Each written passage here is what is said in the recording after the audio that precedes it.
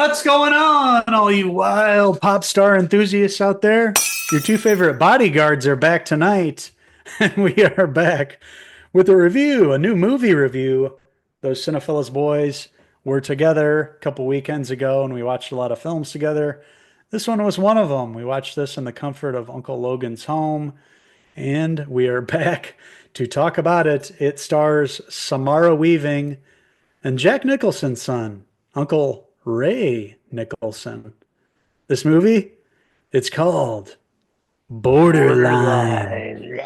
Please help yourself to champagne and a first aid. You put a priest in a box? No, I put a pastor in a box. We're Protestant. That's right. Jimmy Warden, director, writer, brought us this brand new film that came out 2025. Horror comedy, I guess is the best way to put it, with being borderline. Basically, it has to take place in the 1990s, LA. We have a famous pop star here played by Samara Weaving, and then her stalker played by Ray Nicholson pops up and really sets up the rest of the film, but it really has a nice feel to it. I love the music in this movie, 1990s, of course, from when we grew up.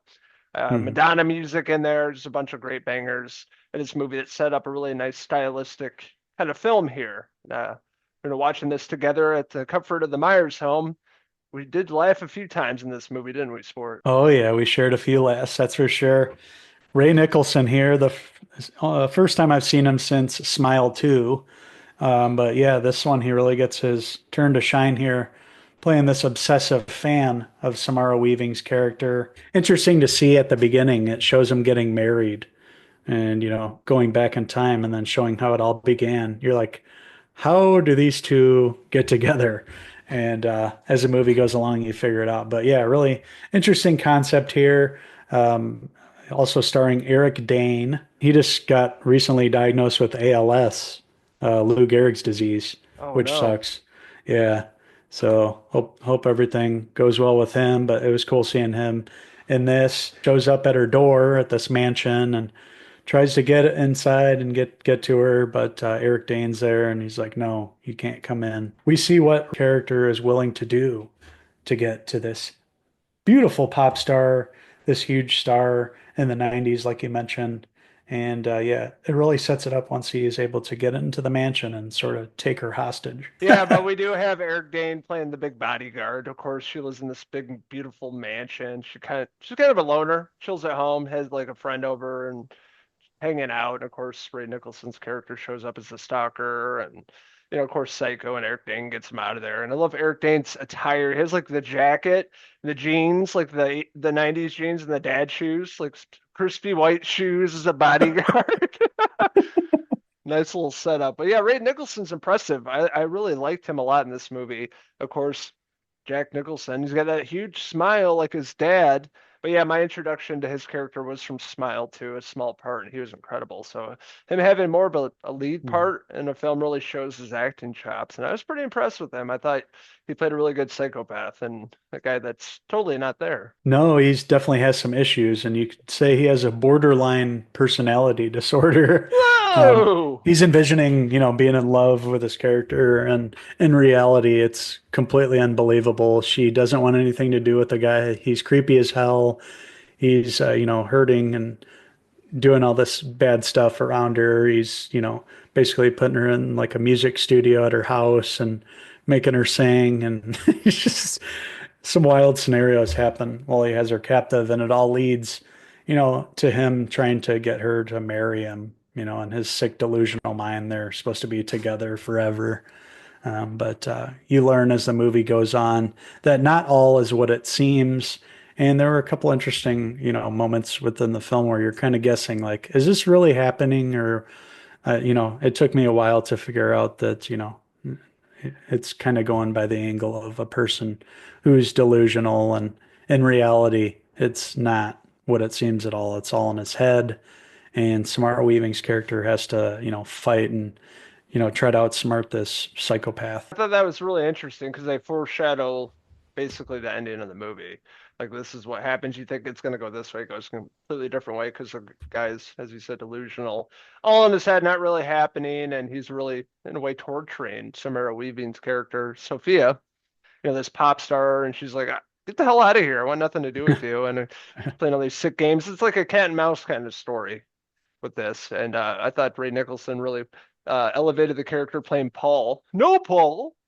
Paul's character here showing up and everything and the chaos that ensues throughout the rest of the film, like you were saying in the booth, and her being forced to sing and everything, make music. It's like you're fucked in the head, my guy. It just gets wilder and wilder. And of course, the whole wedding scene was probably the best of the movie. I thought that was really cool how they did that. And yeah, overall, it was a stylistic movie. It had a nice backdrop to it in LA and the music and everything. And it really brings you back to the time with the clothing.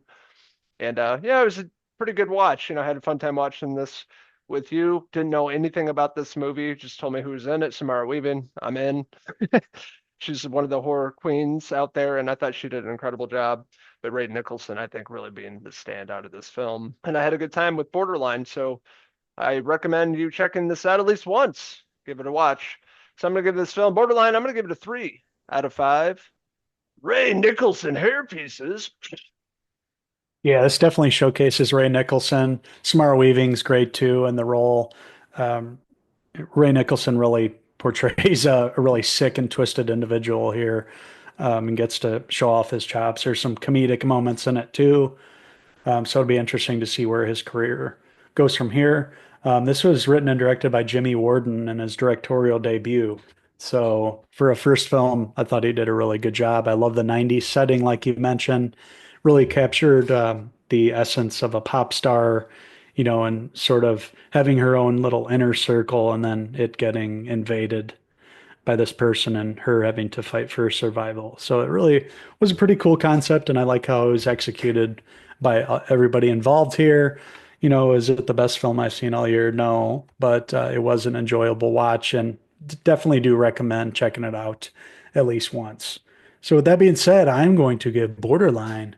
I'm going to give it a 3.5 out of 5 Ray Nicholson hair pieces.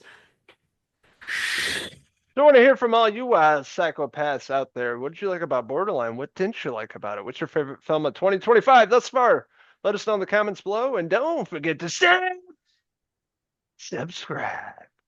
Also, check out these wild rascals on Facebook, X, and Instagram, and our website, Cinephellas.com, for the latest, greatest TV, movie news, and reviews. That's right. And I really loved when Ray was trying to marry her and it was just her boyfriend, like the basketball player, just like in a dress. You see, but in his mind, it was Samara Weaving's character there. A standout, moment in the film. But yeah, definitely a fun watch and fun to watch together. Hour and a half. It flew by. But yeah, definitely a good stalker film, and one that you guys should check out if you come across it on the streaming services. So thank you guys for watching our review of Borderline. I feel like I'm going to lose my mind. So until the next Cinephellas movie review, I am Uncle Henry Hill. And I'm Samara Weaving, signing out till next time.